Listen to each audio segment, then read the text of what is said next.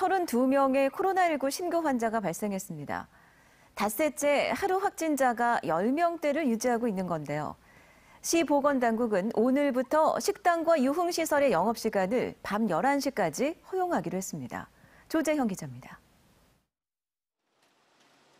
부산의 코로나19 신규 확진자가 18명 추가돼 누적 확진자 수가 5,663명이 됐습니다. 전날 14명이었고 지난 26일부터 닷새째 10명대를 유지하고 있습니다.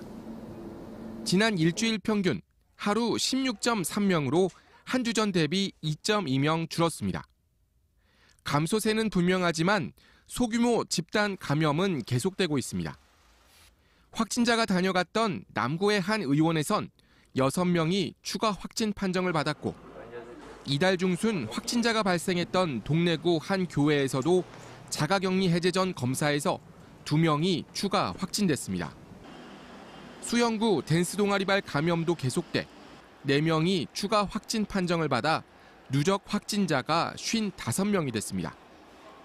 나머지 신규 확진자 중 3명은 감염 원인이 불문명해 역학조사가 진행 중이며 1명은 해외 입국자입니다.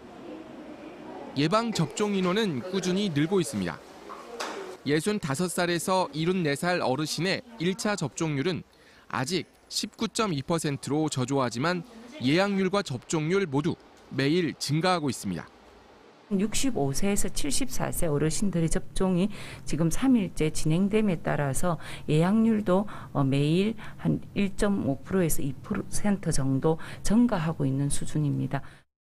한편 부산시는 오늘부터 유흥시설과 식당 매장 내 영업 허용 시간을 기존 밤 10시에서 11시까지로 1시간 연장하기로 했습니다. MBC 뉴스 조재영입니다. 미국의 현충일인 지난 메모리얼데이 연휴, 부산에서는 주한미군들이 해운대 해수욕장에서 방역수칙을 위반한 채 소란을 피워 논란이 됐었는데요. 그 이튿날 경찰과 지자체가 합동 단속까지 나서서 방역수칙 위반만 또 200건 넘게 적발했는데 모두 계도에 그쳤습니다. 송광모 기자입니다. 지난 29일 밤 11시 40분 부산 해운대 해수욕장. 주한미군 등이 모여 마스크를 쓰지 않고 춤을 추거나 폭죽까지 터뜨립니다. 방역당국을 비웃듯 외국인 2천여 명이 모여 미국 현충일인 메모리얼데이 연휴를 즐긴 겁니다. 이튿날엔 경찰과 지자체 공무원 100여 명이 합동단속에 나섰지만 역부족입니다. 마스크를 쓰지 않고 5인 이상 집합금지 명령도 어긴 외국인들이 곳곳에서 적발됩니다. Gathering 5 more people is well, it's just allowed. Okay. He's gonna. 만취 상태로 시비가 붙어 주변을 공포 분위기로 만들기도 하고 술에 취해 우통을 벗고 해변에 소변을 보기도 합니다. 단속반이 코앞에 있어도 보란 듯이 10여 명이 모여 소란을 피웁니다. 외국인이 가지고 있는 폭죽을 제가 이렇게 수거를 했거든요. 뺏었거든요. 모래 위에 타는 차가 있어요. 실어놨었는데 와서 탁 들고 가는 거예요. 애꿎은 시민들만 눈살을 찌푸립니다.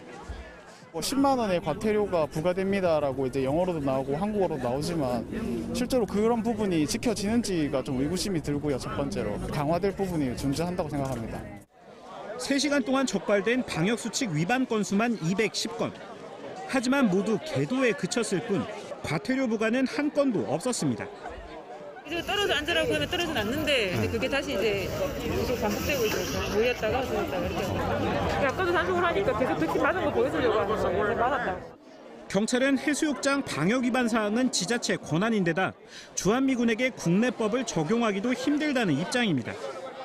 일반 외국인들은 한국 형사법 처리를 하는 게 잘 진행되고 있습니다. 미군의 경우에는 시외법권이라는 그런 권한이 따로 또 주어져 있기 때문에 지난해 7월 4일 미국 독립기념일에는 해운대 해수욕장 인도에서 외국인들이 6시간 넘게 폭죽을 쏘고 난동을 부렸습니다.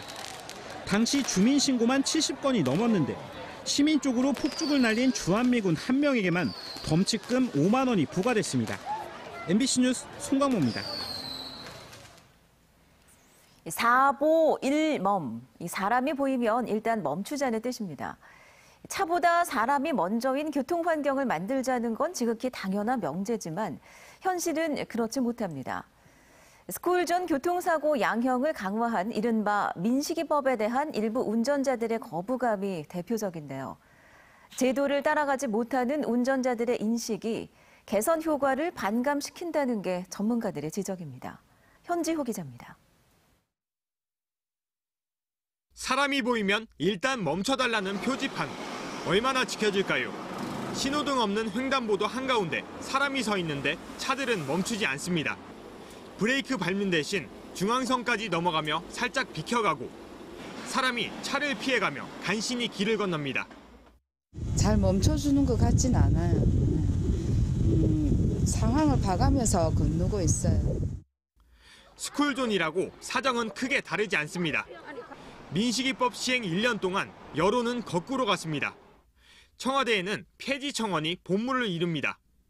교통안전 강화 제도들이 효과는 없으면서 운전자를 과하게 처벌한다는 주장들.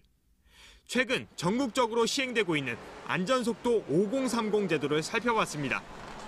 부산의 경우 교통사고는 6% 줄고 특히 보행 사망사고는 44%나 줄었습니다. 차량 통행 속도는 시간당 고작 0.9km 줄어 제도 시행 이전과 비슷했습니다. 차량 통행에 영향을 주지 않으면서 보행자는 더 안전해진 겁니다. 처음에는 많은 반발했죠. 그리고 전체적으로 보행자 사망사고보다 30% 이상 줄어든 선진국가의 결과도 거의 비슷하게 지금 접근하고 있습니다. 교통문화지수 실태조사에서 부산은 전국 최초로 실시한 안전속도 5030 정책 덕분에 1년 사이 무려 10단계나 상승했습니다. 교통안전 부문에서 최상급 점수를 받았지만 정지선 지키기나 방향 지시 등처럼 운전자들의 안전의식을 보여주는 운전 행태 부문은 여전히 꼴찌 수준이었습니다. 제도를 따라가지 못하는 운전자들의 인식이 개선 효과를 반감시킨다는 지적입니다. 강력한 단속 활동과 시설 개선도 필요하지만 더욱 중요한 것은 어린이 교통 안전에 대한 운전자분들의 인식이 먼저 개선되어야 합니다. 지난 1년간 전국 스쿨존 교통사고가 15.7% 줄어드는 동안 오히려 부산은 51%나 늘었습니다. 민식이법 시행 1년, 그 성과를 판단하기엔 짧은 기간입니다.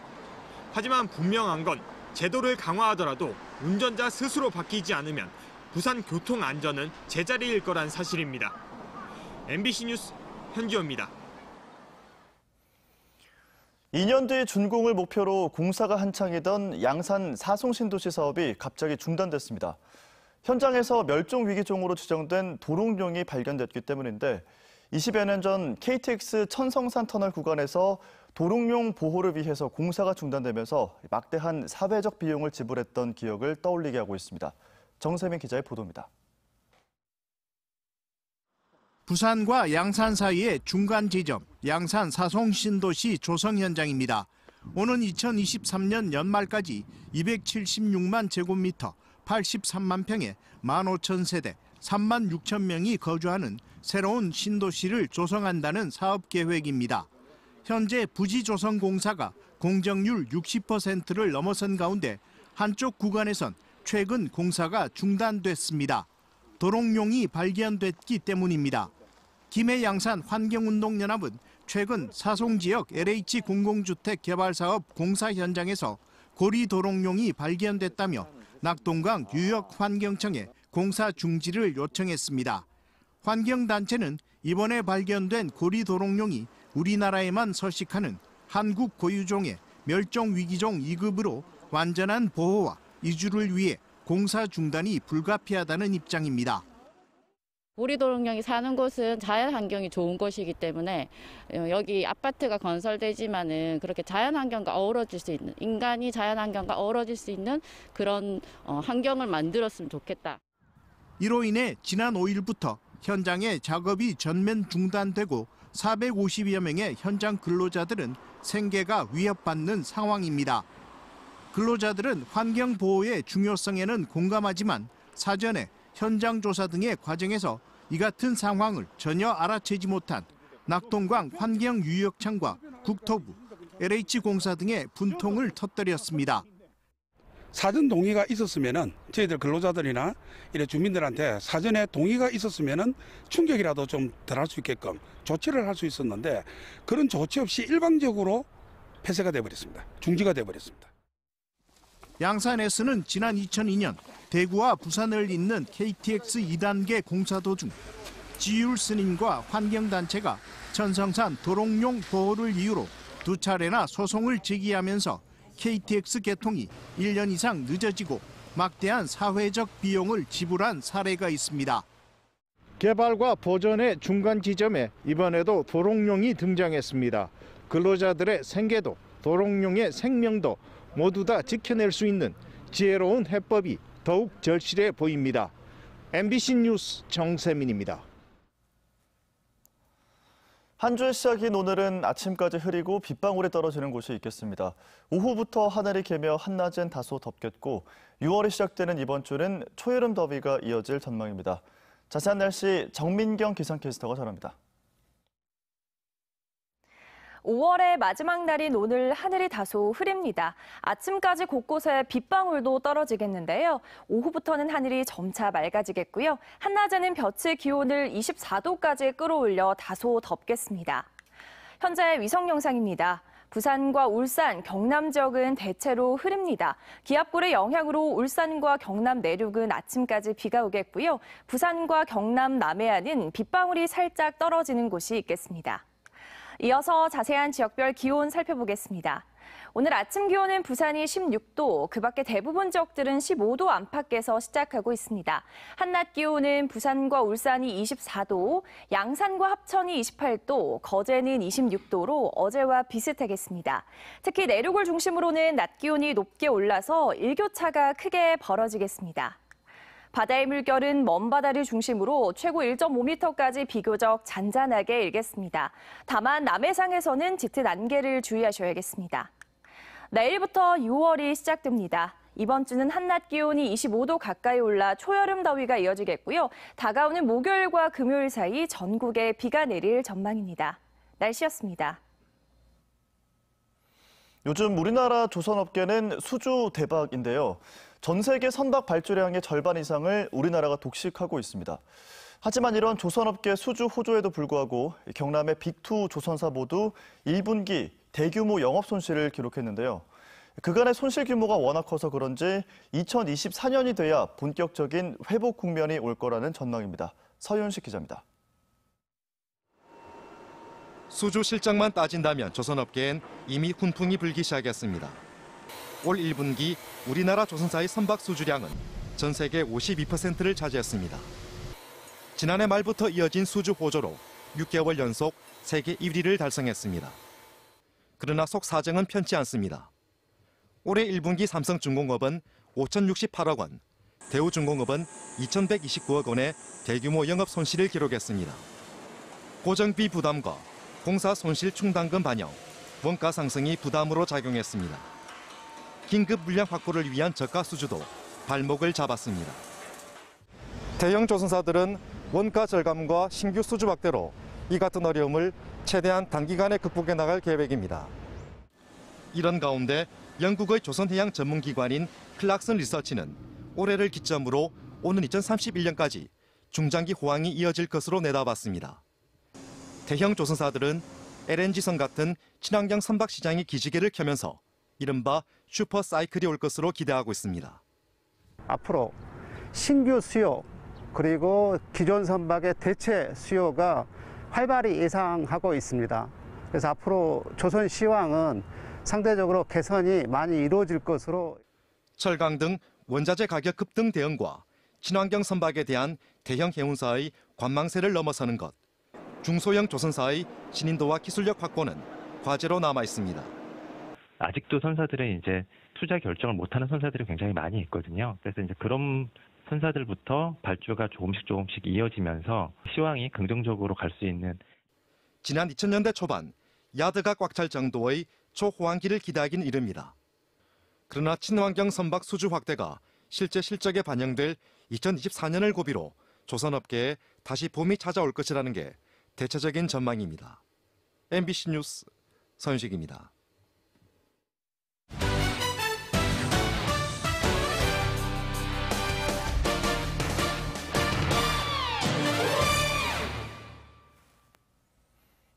프로야구 롯데자이언츠가 NC다이노스를 상대로 패하며 7경기째 승리를 거두지 못했습니다.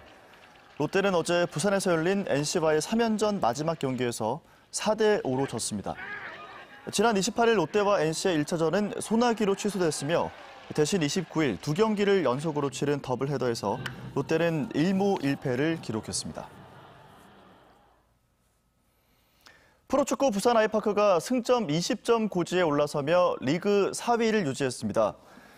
아이파크는 지난 29일 구덕운동장에서 열린 14라운드 홈경기에서 부천FC와 1대1 무승부를 기록했습니다. 3연승에 도전했던 부산은 후반 42분 안병준의 페널티킥 선제골로 승리를 눈앞에 두고도 추가 시간 부천의 동점골을 허용하면서 승점 1점을 추가하는 데 그쳤습니다. 부산시가 오늘 부산은행, 부산신용보증재단과 함께 소상공인 산무 특별자금 지원 업무 협약을 체결합니다. 산무란 무한도, 무신용, 무이자를 의미하며 지원 규모는 대출금 기준 1,000억 원, 지원 대상은 부산에 소재하고 2020년 12월 31일 이전에 창업한 소상공인입니다. 지원 대상자에 대해서는 기존 보증 한도와 무관하게 1,000만 원을 신용 등급에 상관없이 1년은 무이자로 이후부터는 0.8%로 총 5년간 지원합니다. 오늘 제26회 바다의 날을 맞아 부산시가 다음 달 5일까지를 바다주간으로 정하고 다채로운 행사를 펼칩니다. 올해는 웹 기반 부산 해양 컨퍼런스와 구군 해양 정화 활동, 해양국가 국민토론회, 바다사랑 전국미술대회, 전국 동화 구연대회 등 다양한 행사가 바다주간에 마련됩니다.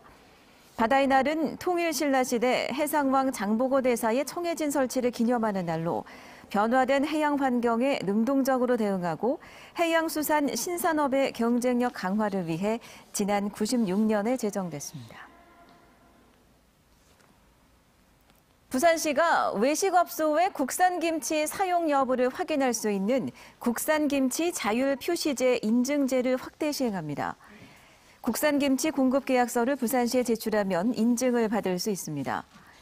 국산김치 자율표시제는 100% 국산 재료를 사용한 김치를 구입하거나 직접 만들어 사용하는 외식업소임을 민간단체 5곳으로 구성된 국산김치 자율표시위원회가 인증해주는 제도입니다.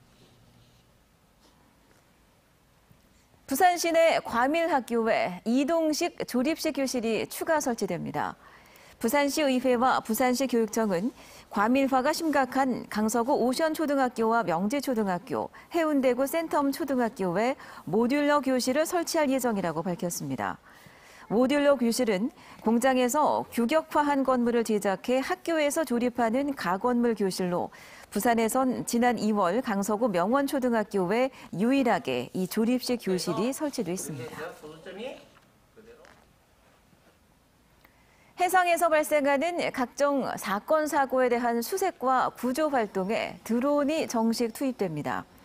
부산해양경찰서는 암초와 해안절벽 등이 많은 부산 연안의 특성에 맞춘 효율적인 수색과 구조를 위해서 부산 드론 봉사단 회원 등이 참여하는 드론 수색대를 창설했다고 밝혔습니다. 드론 수색대는 여름 성수기 동안 부산 연안에서 사고 예방을 위한 순찰 등 각종 교육 훈련을 통해 수색 구조 역량을 키워나갈 계획입니다. 양산시는 6월 14일부터 7월 30일까지 양산시 관내 종사자 1인 이상 사업체를 대상으로 2020년 기준 경제 총조사를 실시합니다. 경제 총조사는 5년마다 실시하는 대규모 조사로 양산시 관내 산업활동을 하는 1인 이상 사업체 2만 670개를 대상으로 하며 사업 종류별 실적 등 사업체에 대한 종합적인 정보를 파악해 경제 통계 작성의 기초 자료로 활용하게 됩니다.